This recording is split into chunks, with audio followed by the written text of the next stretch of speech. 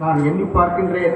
சுமார் 48 ஆண்டுகளுக்கு முன்னால் நம்முடைய உமர் மௌலானா அவர்களுடைய தாப்பனார், எல்லோருக்கும் தெரியும், தாஜுத்தீன் ஹாஜியார் அவர்கள் நம்மிடத்தில் சமயங்களில் அல்லாஹ்வுடைய கிருபையினால் மதரசாவுக்கு வருவார்கள்.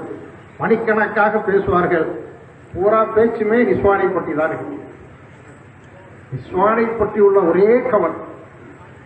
அப்ப சொன்னாங்க, அல்லாஹ்வுடைய கிருபையினால 350 நிஸ்வான்களுடைய இதை நான் இப்பொழுது நடத்தி கொண்டிருக்கின்றேன்.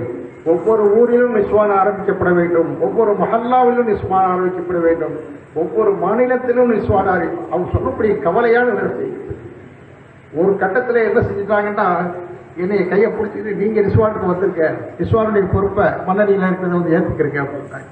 நான் சொன்னேன், ஐயா நான் துவா செய்கிறேன், இன்ஷா அல்லாஹ் உங்களுடைய கவலையை அல்லாஹ் தஆலா கண்டிப்பாக கபூல் செஞ்சு பெரிய மாற்றம் ஏற்படும். உண்மையிலே அல்லாஹ்வுடைய கிருபையினால் இன்றைக்கு நாம் பார்க்கின்றோம். அல்லாஹ் தஆலா அவருக்கு அவருடைய கவலையை நிறைவேற்றுவதற்காக, அந்த அக்கறையை நிறைவேற்றுவதற்காக அல்லாஹ் அவர்களுக்கே உமர் மௌலானா என்ற பிள்ளையை கொடுத்து அல்லாஹ்வுடைய கிருபையினால் காஷி உழுதாவில கொண்டு வந்த அந்த பிள்ளையை சேர்த்து அல்ஹம்துலில்லாஹ் நாம் நினைத்து கூட பார்க்க முடியாத அந்த அளவுக்கு அவருடைய சேவைகள் இன்றைக்கு தமிழகம் மட்டுமல்ல, கேரளா, ஆந்திரா, கடல் கடந்து சிலோன் மற்ற பகுதிகளை எல்லாம் இன்றைக்கு ஆட்கொண்டிருக்கிறது என்றால் அது ஹாஜியார் அவர்களுடைய பெரிய கவலை. ஒரு மனிதருடைய கவலை இன்றைக்கு இவ்வளவு பெரிய மாற்றத்தை ஏற்படுத்தி இருக்கிறது என்றால் நீங்கள் ஒவ்வொருவரும் கவலைப்பட்டால், ஒவ்வொருவரும் முயற்சிகள் எவ்வளவு பெரிய மாற்றத்தை உருவாக்கும், கண்டிப்பாக உருவாக்கும். அல்லாஹ்வுடைய கிருபையினால அவர்கள் தனி மனிதராக செல்லவில்லை, உங்களை எல்லாம் உருவாக்கி விட்டு சென்றிருக்கின்றார்கள். அதனால நாம் அதற்காக முயற்சிகளை மேற்கொள்ள வேண்டும். பெண்கள் தான் நம்முடைய இந்த மார்க்கத்தினுடைய முக்கியமான இடமே பெண்கள். அவர்களுடைய மடியில் தான் ஆண்களும் பெண்களும் பிறந்து வளர்கிறார். முதல் பல்கலைக்கழகம் தாய்தான். அவர்கள் திருந்திவிட்டால், அவர்கள் இந்த மார்க்கத்தை புரிந்து கொண்டு இந்த மார்க்கத்தை பிரகாரம் அவர்கள் இந்த இல்மை கற்று நடக்க ஆரம்பித்து விட்டால் இந்த உலகம் அல்ஹம்துலில்லாஹ் இந்த தீனுடைய பெரிய எழுச்சிமிக்க பகுதியாக மாறிவிடுவது இந்த சந்தேகமே கிடையாது. இன்றைக்கு உலகத்தில் தோன்றிய பெரிய பெரிய நாதாக்கள், பெரிய பெரிய நபிமார்களை எல்லாம் தோற்றுவித்தவர்கள் பெண்கள் தான், தாய்மார்கள் தான். அடுத்து நிசாமுத்தீன் அவுலியா டெல்லியில் அடங்கியிருக்காங்க. அவங்கள பெற்றெடுத்து அவங்களை அவுலியாவாக மாற்றியது அவங்க தாய்தான். ஒரு சின்ன உதாரணத்தை கூறுகின்றேன். அதற்கு அவர்கள் பெரிய வழியாக இருந்தார்கள். அந்த நாட்டுடைய மன்னர் டெல்லியில ஒரு அறிக்கை விடுறார். எல்லா உலமாக்களையும் என்னைய போற ஒன்று அன்னைக்கு எவ்வளவு சந்திக்கிறாங்க, ஆனா நிசாமுத்தீன் மட்டும் வரமாட்டேங்கிறார். யாரோ நிறைய பத்த வச்சு விட்டாங்க அவரை. உடனே அவர் என்ன பண்ணாரு, நாளைக்கு நிசாமுத்தீன் என்னுடைய சபைக்கு வராவிட்டால் நடப்பது வேறு அப்படின்ட்டார். எல்லாரும் ரொம்ப கவலைப்பட ஆரம்பிச்சுட்டாங்க. அது நிசாமுத்தீன் இதை பத்தி சிந்திக்கல. நேரம் வீட்டுக்கு வந்தாங்க. தாயார்கிட்ட வந்து தாயாருடைய காலை வச்சு அமைச்சு, மகனே என்ன கவலையா இருக்கு, என்ன விஷயம் கேட்கிறாங்க.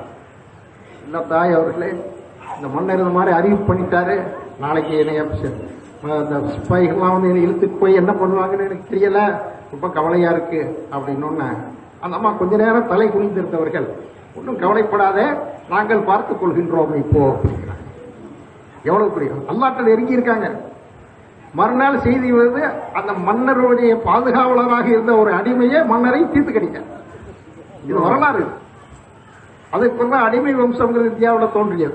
அந்த மன்னர்கள் அடிமை வம்சம் வரலாற்றில் படிச்சிருக்கு.